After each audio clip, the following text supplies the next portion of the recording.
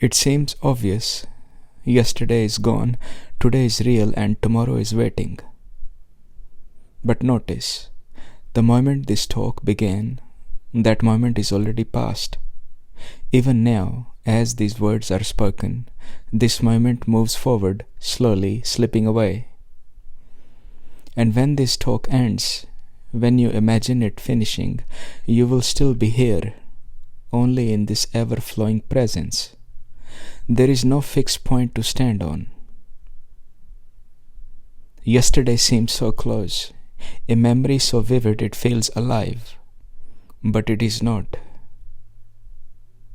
It can be revisited through memory, but cannot be stepped into again physically. It is only remembered, a reflection on the surface of awareness.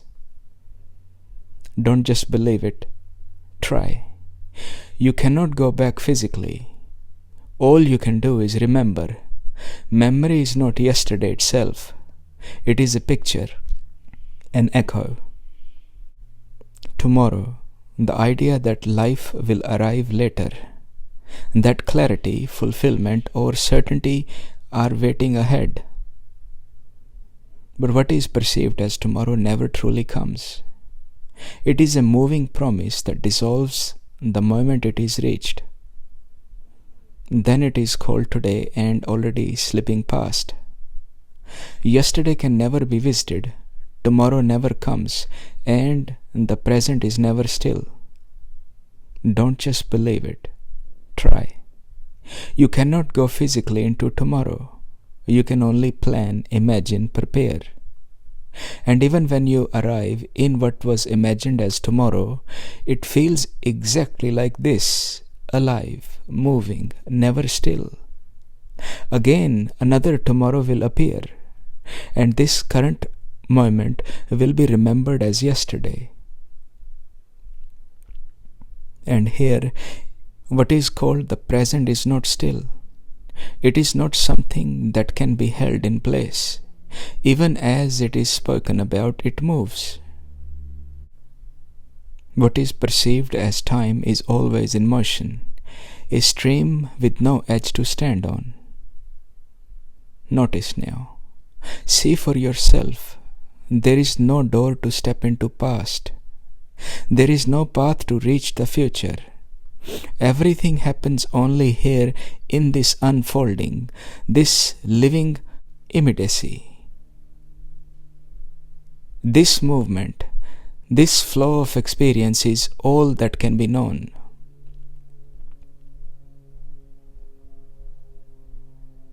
It cannot be paused, captured, or owned. Try to hold on to yesterday is like closing your hands around smoke. Waiting for tomorrow is a delay that postpones living, and trying to hold the present in place is an impossible wish. But notice this, truly seeing it frees something deeper than what appears to move. When it is seen that yesterday cannot be visited, that tomorrow never arrives, and that the present is never still, another recognition appears. Almost all suffering begins here. From the earliest moments, attention is taught to escape, to look ahead, to plan, to imagine becoming someone greater, someone more complete. This movement of reaching for tomorrow was learnt. It was inherited, passed down without question. Each morning as a child, you were told, "What will you do today? What is your plan for tomorrow? Have you finished what you must?" And so the mind began to live this moment, to believe fulfillment was always just ahead. The habit of planning became a habit of becoming. And with it the quiet dissatisfaction, the sense that life is never quite enough. Even when success comes, when wealth is gathered or a goal is reached, the same moment continues. What now? What's next? The next day, the next improvement, the next escape. If this ever-flowing moment is all there ever is, then all the effort to conquer, to build, to secure permanence slips away, moment by moment, just as quickly as everything else. Even the experience of joy cannot be held. It moves, fades, and becomes the past. And the promise of tomorrow is only a memory repeating itself. You remember that there was always been a tomorrow, so you trust it will appear again. But look carefully. Tomorrow is never arrived at. It is always imagined just ahead, never here. In this movement, the mind runs like a mouse on a wheel, never realizing that ground is not moving.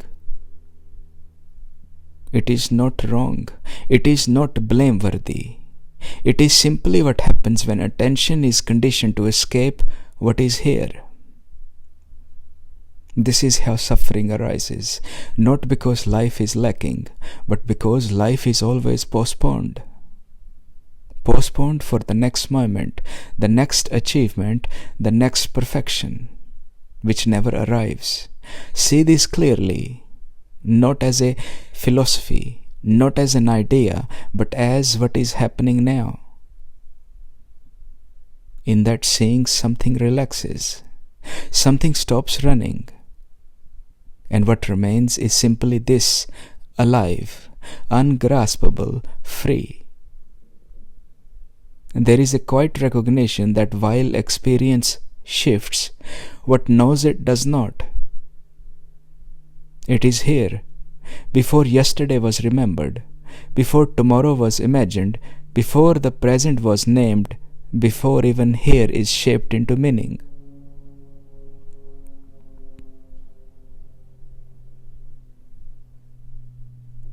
And that is untouched by any passing moment. If you are open, you can test this yourself, not by believing these words, but by watching directly. Tomorrow, whatever you are planning, notice when that moment comes. Look carefully. Is it still called tomorrow? Or is it simply this unbroken flow of experience itself? When you finish a day's work, notice the mind moves to what is next: a meal, a message, another task. When you receive good news or achieve something you hoped for, watch how quickly attention begins searching for the next improvement.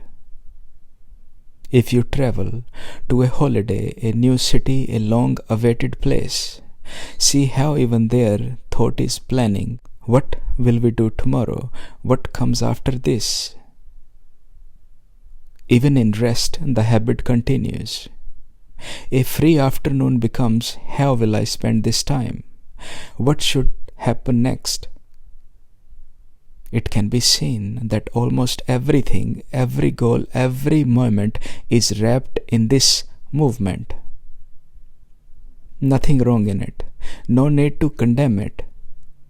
But when it is seen clearly, something opens. You may discover there is never any tomorrow to arrive in.